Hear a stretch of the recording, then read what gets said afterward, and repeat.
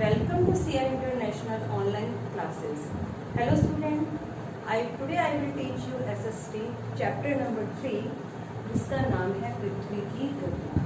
आज हम जो है अपने जियोग्राफिकल चैप्टर नंबर 3 पढ़ेंगे जिसका नाम है पृथ्वी की गतियाँ।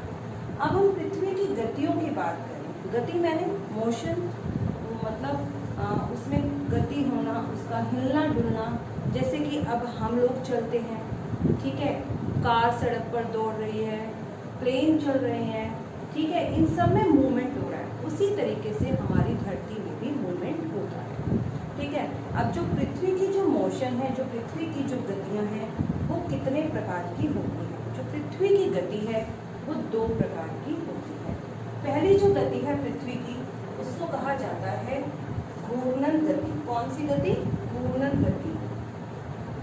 ये हो गया आपका घूर्णन गति, ठीक है।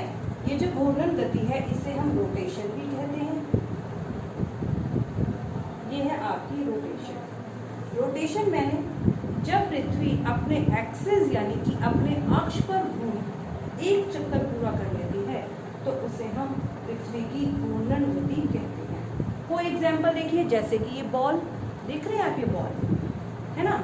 अब जब ये बॉल है, ये अपना एक चक्कर ऐसे, ये जो बॉल है ना, ये अपना एक चक्कर ऐसे कंप्लीट कर ले बिना अपनी जगह से हिले, ठीक है।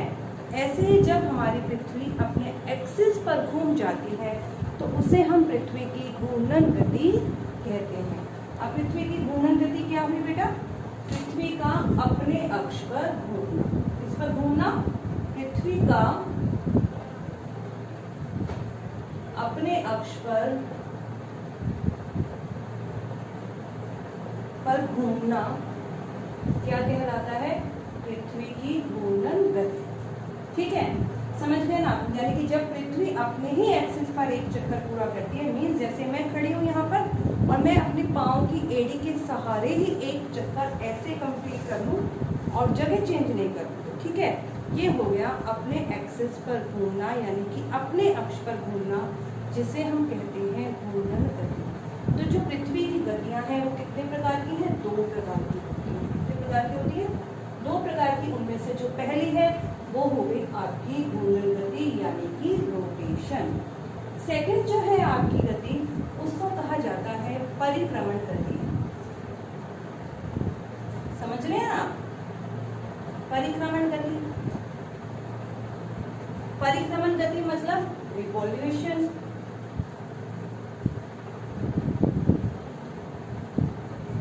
मीन्स परिक्रमण, जैसे कि इसके नाम से ही पता चल रहा है, परिक्रमण मतलब किसी चीज की परिक्रमा करना।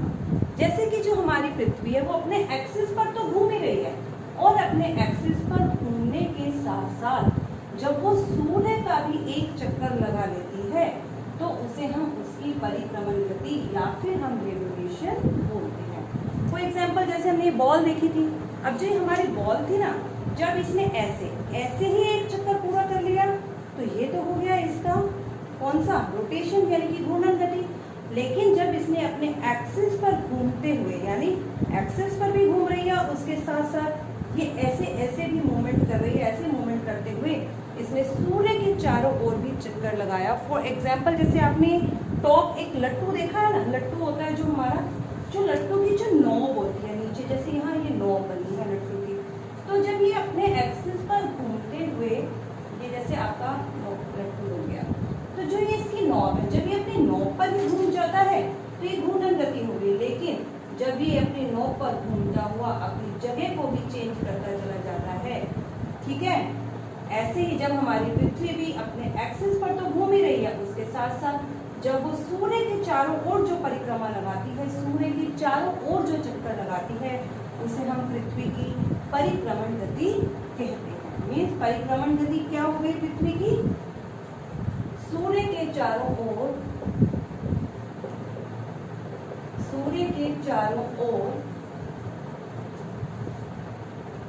एक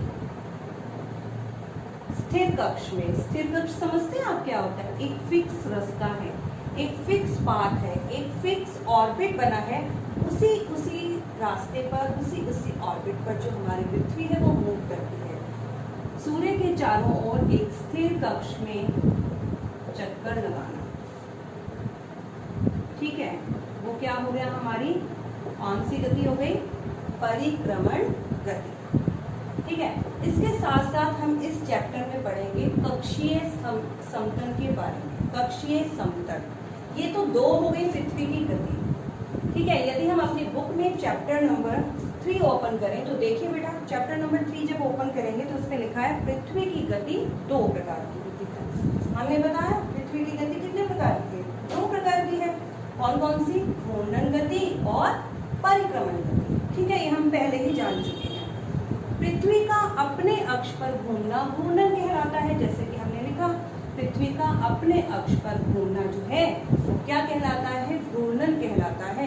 और उसे हम पृथ्वी की कौन सी गति कहते हैं? रोटेशन। रोटेशन यानी घूर्णन, ठीक है।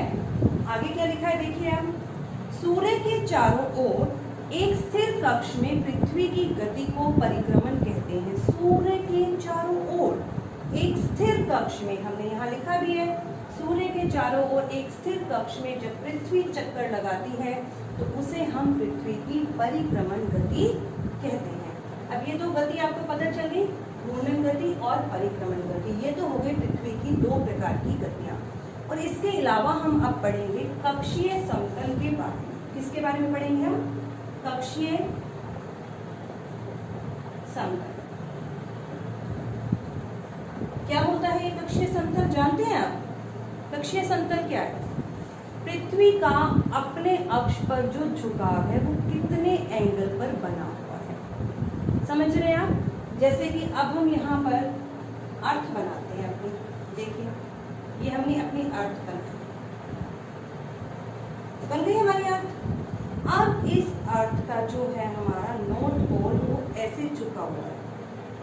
नॉर्थ पोल समझ रहे हैं, जो हमारा उत्तरी ध्रुव है और ये हमारा दक्षिणी ध्रुव है और ये हमारा विषुवत वृत्त है, यानी कि हमारा इक्वेटर है, ये झुका हुआ है। लेकिन यदि हम एंगल देखें 90 का एंगल तो ऐसे बनता है, तो जो हमारी पृथ्वी है वो झुक रही है। आप देख रहे हैं ये हमारी जो पृथ्वी है ये झुकी हुई है, ठीक है। ये इसका नॉर्थ पोल जो है, इसका जो उत्तरी ध्रुव है बिल्कुल सीधा नहीं है, झुका हुआ है। और ये जो यहाँ पर झुकने के कारण ये 66.5 डिग्री का एंगल बनाता है, ठीक है, यानी कि 66.5 डिग्री पर हमारी जो पृथ्वी है वो झुकी हुई है और ये 66.5 डिग्री का एंगल इससे बन गया। तो ये क्या हो गया हमारा कक्षीय समतल, क्योंकि इसने अपने कक्ष से 66.5 डिग्री का एंगल बनाया। देखिए जैसे कि हमारी बुक पे भी लिखा है, पृथ्वी का अक्ष एक काल्पनिक रेखा है। अक्ष यानी कि जो धुरी जिस पर पृथ्वी घूम रही है, कोई पिन तो नहीं लगा है यहाँ पर, नहीं लगा ना कोई भी पिन, और जो हमारी पृथ्वी घूम रही है यहाँ पर वो एक काल्पनिक सुई है, कुछ भी नहीं है, एक काल्पनिक रेखा है जिसे हमने मान लिया है कि हमारी पृथ्वी इस नॉब से घूम रही है, जो इसके कक्षीय सतह से 66.5 डिग्री का कोण बनाते हैं। आपने देखा यहाँ से पृथ्वी घूम रही है और ये 66.5 डिग्री का इसमें एंगल बन गया। जो समतल, वह समतल जो कक्ष के द्वारा बनाया जाता है उसे हम कक्षीय समतल कहते हैं। क्या कहा जाता है बेटे उसे? कक्षीय समतल। अब ये आपने देखा 2 प्रकार की गतियां हो गई पृथ्वी की, घूर्णन गति और परिक्रमण गति, ठीक है। और ये होगा आपका कक्षीय समतल। कक्षीय समतल पृथ्वी जो है हमारी 66.5 डिग्री के एंगल पर झुकी हुई है। आगे देखिए हमारी बुक में लिखा है, पृथ्वी सूर्य से प्रकाश को प्राप्त करती है। आपको पता है जो पृथ्वी है, जो हमारी अर्थ है, उसका अपना कोई प्रकाश नहीं होता,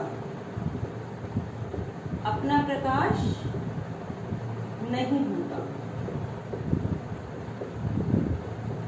वो जितना भी प्रकाश, जितनी भी रोशनी को प्राप्त करती है वो किससे प्राप्त करती है? सूर्य से। यानी कि सूर्य की रोशनी के कारण ही हमें पृथ्वी पर सब कुछ नजर आ रहा है। आप दिख रहे हैं, मैं दिख रही हूँ, ये बोर्ड दिख रहा है, ये सब कुछ हमें क्यों दिख रहा है पृथ्वी पर?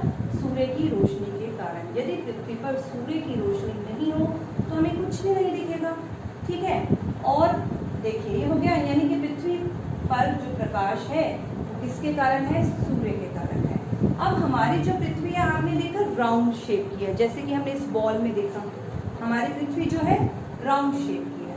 राउंड शेप होने के कारण देखिए ये जो हमारी बॉल है, अगर मैं यहाँ पर एक लाइट को फिक्स कर दूँ तो वो जो लाइट की रोशनी पड़ेगी वो हमारे इस पोर्शन पर पड़ेगी, ठीक है, इस पोर्शन पर पड़ेगी ना। और इस पोर्शन पर पड़ने के कारण इस पोर्शन पर तो जो आपकी लाइट दिखेगी, प्रकाश दिखेगा, जबकि जो ये वाला जो भाग है पृथ्वी का वहां पर अंधेरा ही रह जाएगा, ठीक है। एक बार हम इसका डायग्राम बना लेते हैं, आप वो देखिए।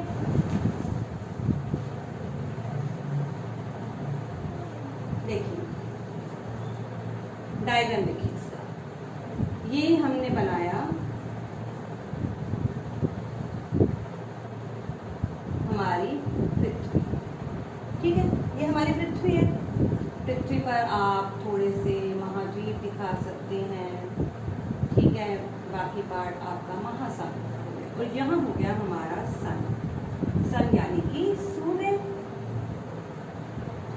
सूर्य की किरणें, आपको पता है सूर्य से प्रकाश की किरणें निकलती हैं, और जब ये जो प्रकाश की किरणें हैं जब पृथ्वी पर पड़ती हैं, क्योंकि हमारी पृथ्वी जो है वो प्लेन तो है नहीं, समतल तो है नहीं, जैसे कि हम कोई लाइट जलाएं और पूरे के पूरे गोल पर लाइट आ जाए, नहीं, हमारी पृथ्वी समतल नहीं है, हमारी पृथ्वी कैसी है?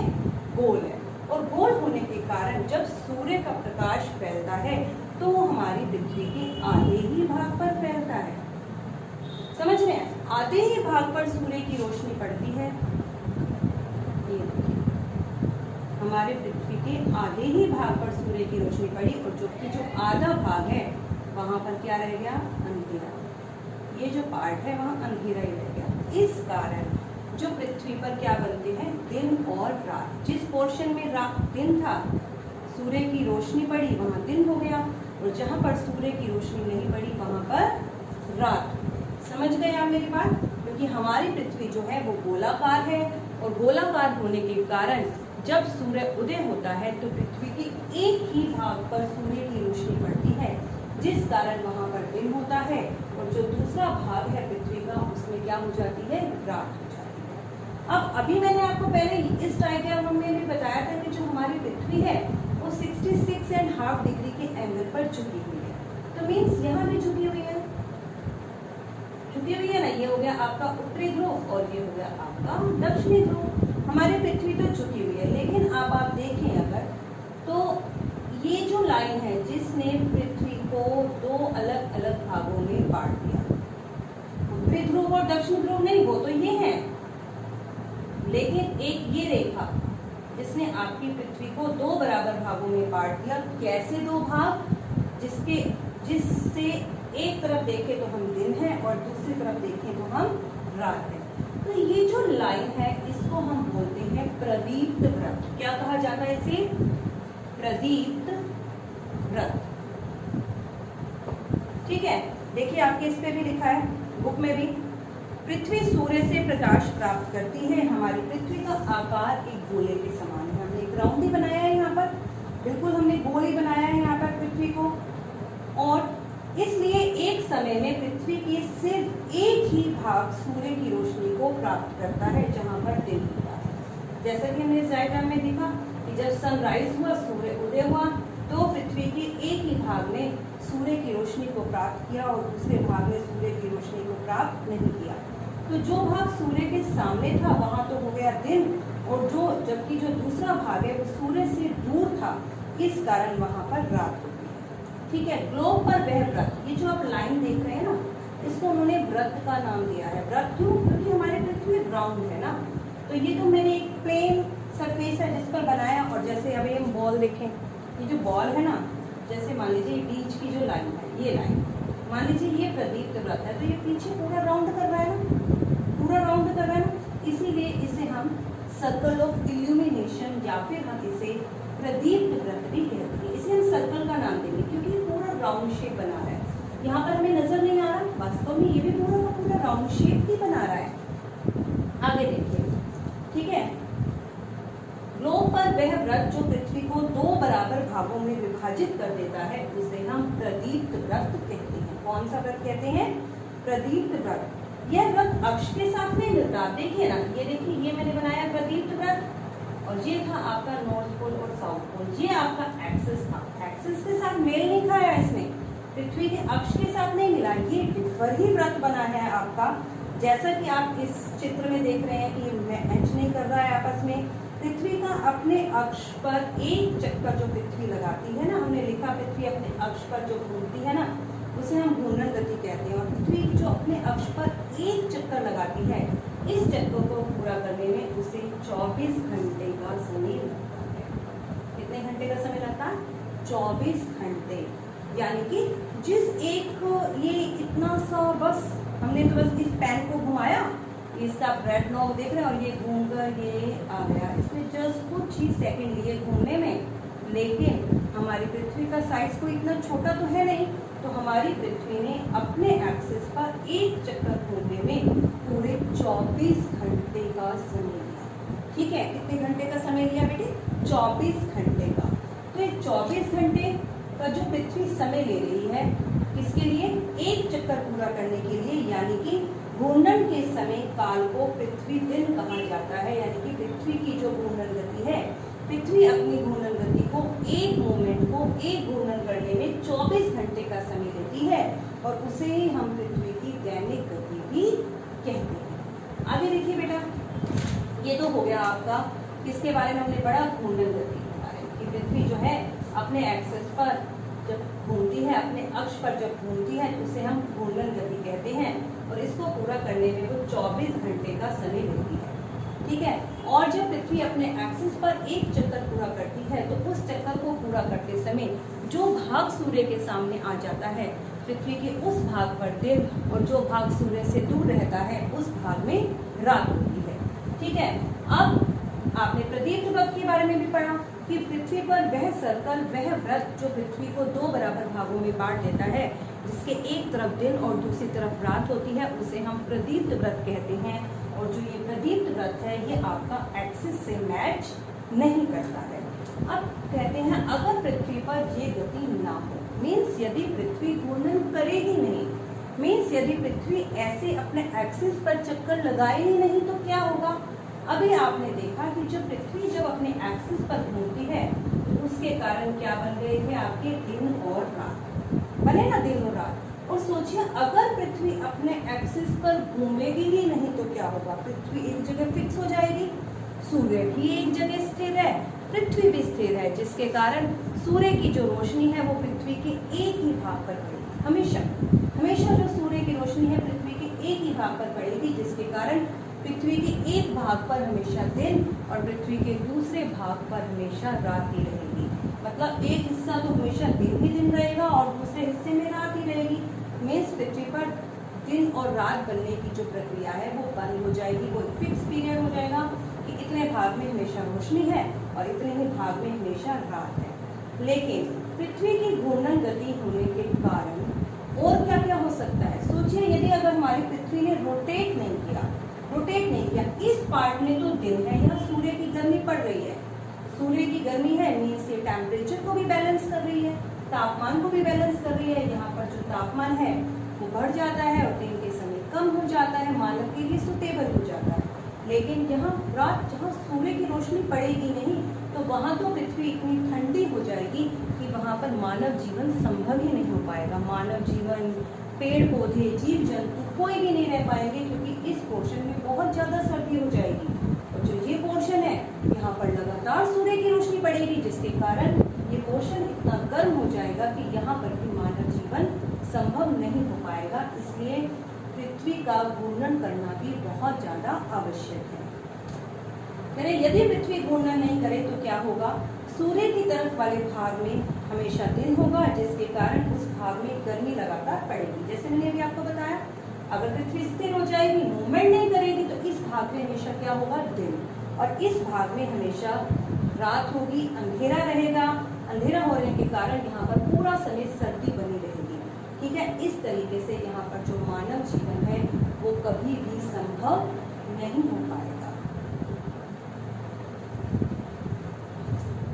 बेटा देखो, जैसे अभी आपने पृथ्वी की घूर्णन गति के बारे में पढ़ा, जो हमारी पृथ्वी है वो अपने अक्ष पर एक चक्कर पूरा करने में 24 घंटे का समय लेती है और जिसे हम पृथ्वी की घूर्णन गति कहते हैं। और हमने ये भी जाना कि यदि पृथ्वी घूर्णन नहीं करे तो क्या होगा। क्या होगा? यदि पृथ्वी घूर्णन नहीं करेगी तो मीन्स वो एक जगह फिक्स होगी, उसमें किसी भी प्रकार का मूवमेंट नहीं होगा, जिसके कारण पृथ्वी के एक भाग पर जो सूर्य के सामने होगा वहाँ पर निरंतर सूर्य की रोशनी पड़ती रहेगी, जिस कारण उस भाग में हमेशा प्रकाश रहेगा और बहुत ज़्यादा गर्मी रहेगी। जबकि जो दूसरा भाग है वहाँ पर हमेशा अंधेरा रहेगा और ठंड रहेगी। ठीक है, तापमान बहुत बहुत कम होगा, यहाँ तक कि हो सकता है कि बिल्कुल इतनी सर्दी हो जाए कि बर्फ ही हो जाए वो पार्ट, और ऐसी स्थिति में वहाँ पर मानव जीवन संभव नहीं हो पाएगा। मीन्स यदि पृथ्वी पर मानव जीवन संभव है तो उसका एक बहुत बड़ा कारण है पृथ्वी का अपने एक्सिस पर घूमना। क्योंकि जब पृथ्वी अपने एक्सिस पर घूमती है तो उसमें दिन और रात बनते हैं। जब दिन और रात बनते हैं तो पृथ्वी के किसी पार्ट पर सूर्य की रोशनी पड़ती है और किसी भाग पर सूर्य की रोशनी नहीं पड़ती है। ठीक है, और जिस भाग पर सूर्य की रोशनी पड़ती है वहाँ दिन, लेकिन कुछ समय के बाद वो जो पार्ट है सूर्य के अपोजिट साइड में चला जाता है, जिस कारण वहाँ पर रात हो जाती है। इस कारण वहाँ पर टेम्परेचर जो है वो बैलेंस हो जाता है, तापमान का संतुलन बना रहता है और मानव जीवन, पेड़ पौधों का जीवन, पशु पक्षियों का जीवन वहाँ पर संभव हो पाता है।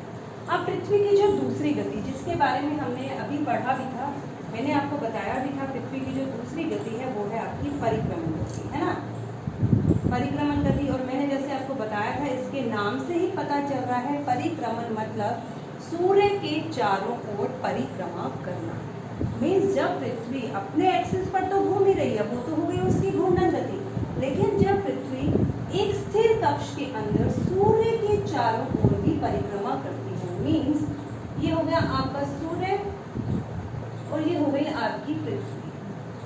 ठीक है, और जब पृथ्वी जो है एक फिक्स ऑर्बिट पर, एक फिक्स कक्ष के अंदर सूर्य के चारों ओर भी चक्कर लगाती है तो उसे हम पृथ्वी की परिक्रमण गति कहते हैं। कौन सी गति कहा जाता है? ये परिक्रमण गति। और पृथ्वी जो ये परिक्रमण गति करती है ना, ये राउंड शेप नहीं है, ये है आपका दीर्घवृत्ताकार पथ। पृथ्वी जो है वो दीर्घवृत्ताकार पथ पर सूर्य का चक्कर लगाती है। और जब पृथ्वी अपनी घूर्णन गति कर रही थी तो उसको उस घूर्णन गति करने के अंदर एक दिन यानी कि 24 घंटे का समय ले रहा था। लेकिन जब पृथ्वी सूर्य की परिक्रमा करती है तो उस परिक्रमा को पूरा करने में उसको 365 दिन और 6 घंटे का समय लगता है। कितना समय लगता है? 365 दिन और 6 घंटे। ठीक है, 365 दिन और 6 घंटे, जिसे हम ऐसे भी लिख सकते हैं 365 1/4। ठीक है, ऐसे भी हम इसे लिख सकते हैं 1/4। क्यों ना? क्योंकि टोटल आवर्स हैं 24, है ना। जब हम इसका 1/4 पार्ट निकालेंगे तो ये हो गया आपका 6 घंटे। पृथ्वी जो है वो सूर्य की एक परिक्रमा करने के लिए, एक पूरा चक्कर सूर्य के चारों ओर लगाने के लिए 365 दिन और 6 घंटे का समय। लेकिन हम अपनी सुविधा के अनुसार उस एक चक्कर को 365 दिन का मानते हैं और 6 घंटे उसमें ऐड नहीं करते। क्यों ऐड नहीं करते? अब देखिए ना बेटा, हम बोलते हैं कि एक साल 365 दिन, यानी कि एक वर्ष में 365 दिन ही होते हैं। कि एक वर्ष में कितने दिन होते हैं? हम बोलते हैं कि एक वर्ष में 365 दिन होते हैं। हमने कभी ये तो नहीं कहा कि 365 दिन और 6 घंटे होते हैं, क्योंकि जो हमने अपनी सुविधा के अनुसार 6 घंटे यदि हम उसमें ऐड करते ना, तो हमें अपना 1 जनवरी यानी जब न्यू ईयर स्टार्ट होता है ना, तो हम कैसे स्टार्ट करते हैं? मीन्स आज रात को 12 बजे न्यू ईयर स्टार्ट हो रहा है, नेक्स्ट ईयर 6 घंटे और ऐड हो जाएंगे तो सुबह के 6 बजेंगे। तो ऐसे ना हमें बहुत असुविधा होती है। इस कारण हमने अपने उस वर्ष को 365 दिन का ही माना, यानी हमने माना पृथ्वी जो सूर्य की परिक्रमा कर रही है उसको पूरा करने में वो 365 दिन का समय लेती है और हमने 6 घंटे छोड़ दिए। ठीक है, अब जो हमने ये 6 घंटे छोड़ दिए, यदि हम 6 घंटे छोड़ते ही चले जाएंगे तो हमारी इस जो परिक्रमण गति की जो हम गणना कर रहे हैं ना, 1 साल पूरा हो गया, 2 साल पूरा हो गया, उसमें बहुत ज़्यादा प्रॉब्लम्स हो जाएंगी। तो हम इन 6 घंटे का भी यूज करते हैं। कैसे कि जैसे कि हमारे पास फर्स्ट ईयर के 6 घंटे हो गए, दूसरे साल फिर हमारे पास 6 घंटे बच गए, तीसरे साल फिर हमारे पास 6 घंटे बच गए, और चौथे साल फिर हमारे पास 6 घंटे बच गए। जब ऐसे कर कर 4 सालों के अंदर 6 घंटे कर कर हमारे पास बच गए, तो टोटल आवर्स हो गए 24, यानी कि 24 घंटे हमारे पास बच गए। और इन 24 घंटे यानी कि एक दिन, इन 24 घंटों को मिलाकर हमने एक दिन बना लिया, और हर 4 साल के बाद एक दिन जो है उसमें हम अपने 365 दिन के अंदर एक दिन और ऐड कर देते हैं, और वो वर्ष हो जाता है हमारा 366 दिन का। ठीक है, जब वो वर्ष 366 दिन का हो जाता है तो ऐसे वर्ष को हम क्या बोलते हैं? लीप वर्ष। लीप वर्ष भी कहा जाता है इसे, और इसे हम अधिवर्ष भी कहते हैं।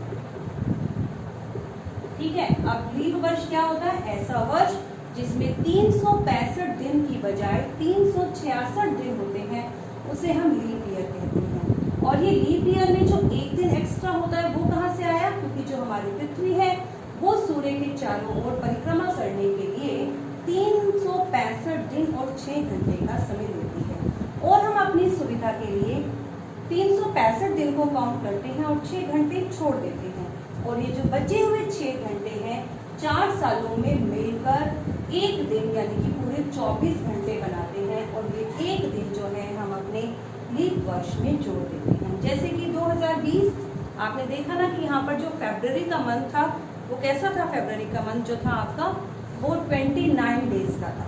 ठीक है, फरवरी में 28 की बजाय कितने दिन हो गए? 29, एक दिन ऐड हो गया। मतलब इस साल जो है हमारे ईयर के अंदर क्या होगा? 365 नहीं 366 दिन होंगे, क्योंकि ये लीप ईयर है। अब आप सोच सकते हैं अगला लीप ईयर कब आएगा? 4 सालों के बाद। कब? 2020 चल रहा है, 21, 22, 23 और 24, क्योंकि 2021 में है ना 6 घंटे फिर बच जाएंगे, 22 में 6 और बचे, 23 में 6 और 24 में जब एक 6 और बचेंगे तो टोटल मिलकर 24 और हो जाएंगे, यानी एक दिन बढ़ जाएगा। तो 2024 जो है हमारा लीप ईयर होगा, और इसमें 365 की बजाय 366 दिन। ठीक है, ओके।